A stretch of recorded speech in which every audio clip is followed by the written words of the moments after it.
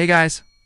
Hi guys! Welcome back to my channel where we discuss everything personal finance. In this video, I'm going to explain what it would look like to make $1,000 a month in dividends.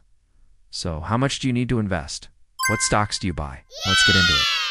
So, for this example, I'm going to use myself, because I've been doing this for almost 8 years now.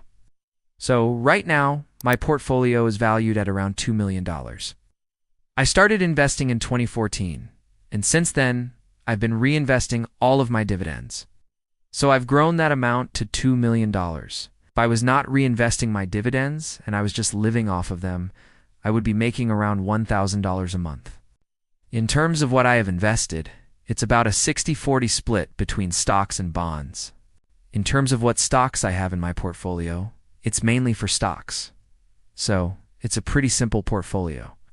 I have 2 broad market index funds and 2 international index funds.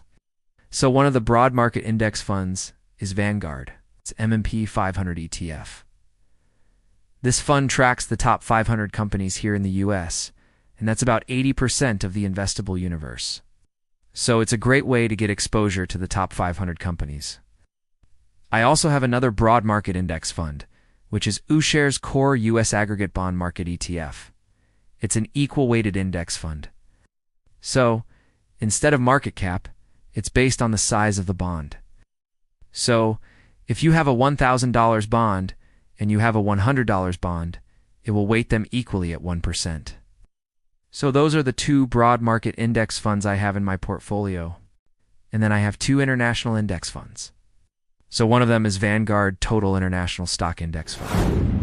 And then the other one is Vanguard FTSE All World ex-US Index Fund.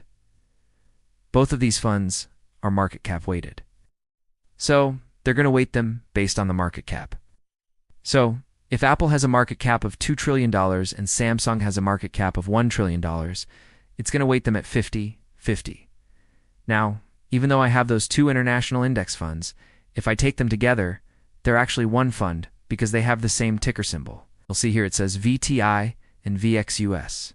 They have the exact same ticker symbol, but VTI is the primary one. So if you own VTI, you automatically own VXUS. So I have about 20% in VXUS. That's because I have VTI and VXUS combined. They make up about 20% of my portfolio. The reason why I own both broad market index funds is because they have different expense ratios. So VU is 0.03%. So it costs $3 per year for every $1,000 you have invested. And VTI is 0.5%. So it costs $5 per year for every $1,000 you have invested. And the reason why there is such a big difference is because VU is a market cap weighted index fund and VTI is an equal weighted index fund. To me, I like having both, because in the long term, market cap weighted has done better than equal weighted. But in the short term, equal weighted has done better than market cap weighted.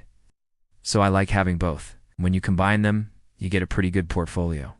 The thing to keep in mind is that you can own all 4 of these funds in one brokerage account, and you can own all 4 of these funds in another brokerage account.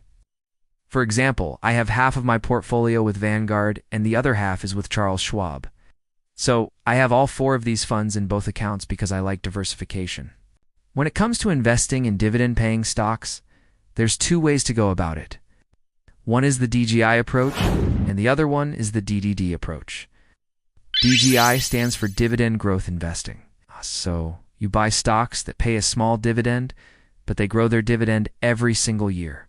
So you're looking for stocks that have a history of growing their dividend every single year. And usually, these types of stocks don't pay a high dividend yield. So usually, it's between 1 to 3%. If you own a bunch of these stocks in your portfolio, eventually they will compound over time, and you'll make a lot of money. The downside is that it takes a long time to get there, so you need to have patience. Got that. Now, the other type of strategy is called dividend discount investing. So, instead of buying stocks that pay a small dividend and then growing that dividend, you're going to buy stocks that have a high dividend yield. So maybe it's 5%, 6%, 7%, and sometimes even 10%.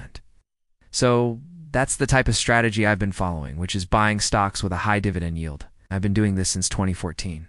And if I was not reinvesting my dividends, I would be making around $1,000 a month. So how much do you need to invest? Let's say you're young and you're restarting out and you don't have any money invested. Well, if you invest $50 a month, it's going to take you about 50 years to get to $1,000 a month. So it's possible, but it's going to take you a really long time. If you invest $100 a month, it's still going to take you about 30 years to get to $1,000 a month. But if you invest $250 a month, it's going to take you about 15 years to get to $1,000 a month. But if you invest $500 a month, it's only going to take you about 8 years to get to $1,000 a month. Now, I know $500 a month is a lot of money. Not everybody makes that much money. So if you only have $100, it's still going to take you about 25 years to get to $1,000 a month. But if you have $200, it's still going to take you about 13 years. But if you have $400, it's going to take you about 6 years.